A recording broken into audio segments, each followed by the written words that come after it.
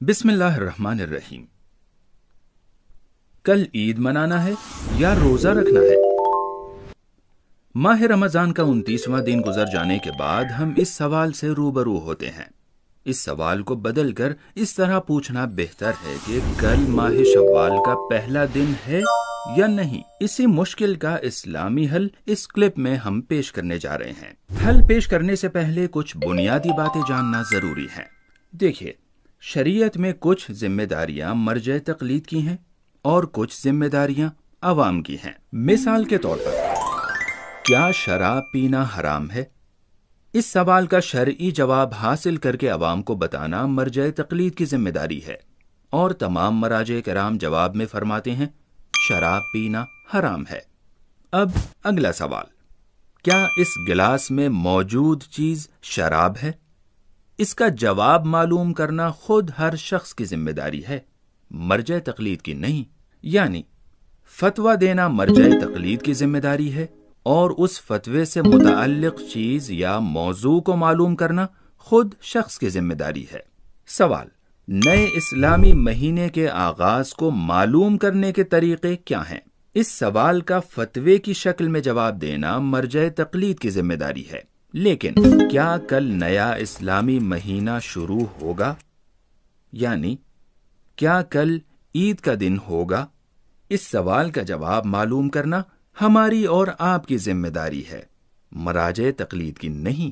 اب آئیں وہ طریقے دیکھتے ہیں جو مراجع تقلید نے نئے اسلامی مہینے کے آغاز کا پتہ لگانے کے لیے ہمیں بتائے ہیں۔ نمبر 1، انسان خود اپنی آنکھوں سے چاند دیکھ لے۔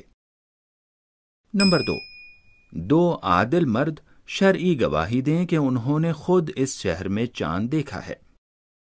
نمبر 3، حاکم شرع یہ اعلان کرے کہ اس نے اگلے دن کو عید کا دن قرار دیا ہے، اگرچہ ایسا اعلان بہت کم پیش آتا ہے، لیکن اگر کیا گیا تو آیت اللہ سیستانی اور آیت اللہ وحید خراسانی حفظہم اللہ کی تقلید کرنے والوں کے علاوہ سبھی پر نافذ ہوگا۔ نمبر 4، انسان کو کسی بھی معقول وجہ سے اس بات پر اطمینان ہو جائے کہ اس رات اس کے شہر میں چاند دیکھا گیا ہے یا دکھائی دیے جانے کے قابل تھا۔ اطمینان حاصل کرنے کے بہت سے طریقے ہیں، ان میں سے کچھ یہ ہیں۔ 1، معاشرے میں عام طور پر یہ مانا جا رہا ہو کہ چاند دیکھا گیا ہے اور شخص کو اس وجہ سے اطمینان ہو جائے۔ 2، کسی عالم دین، مرجع تقلید کے دفتر یا نمائندے، دینی ادارے یا چاند کمیٹی نے چاند کے دکھائی دینے کا اعلان کیا ہو اور شخص کو اس وجہ سے اطمینان ہو گیا ہو۔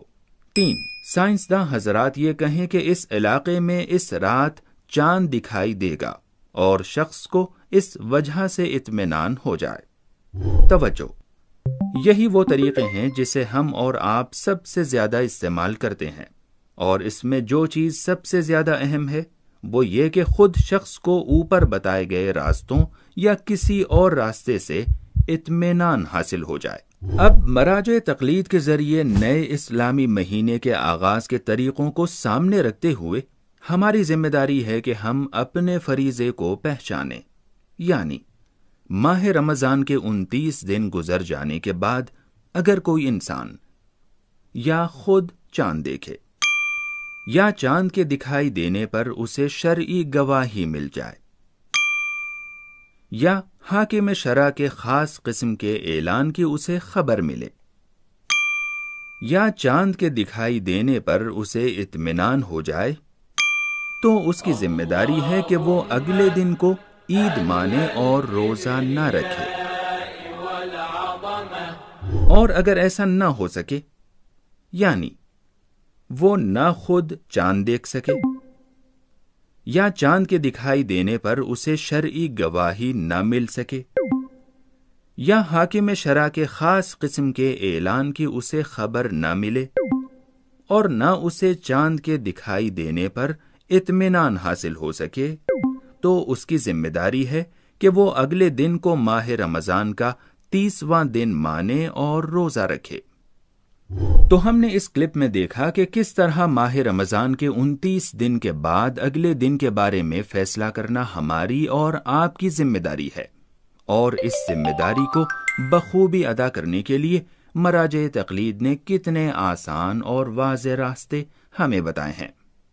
خدا کی بارگاہ میں دعا ہے کہ ہم اس مسئلے میں اور زندگی کے تمام مسائل میں شریعت کے بتائے ہوئے راستوں پر چلنے میں کامیاب ہوں، کیونکہ ہماری دنیا اور آخرت کی کامیابی کا راز اسی میں ہے۔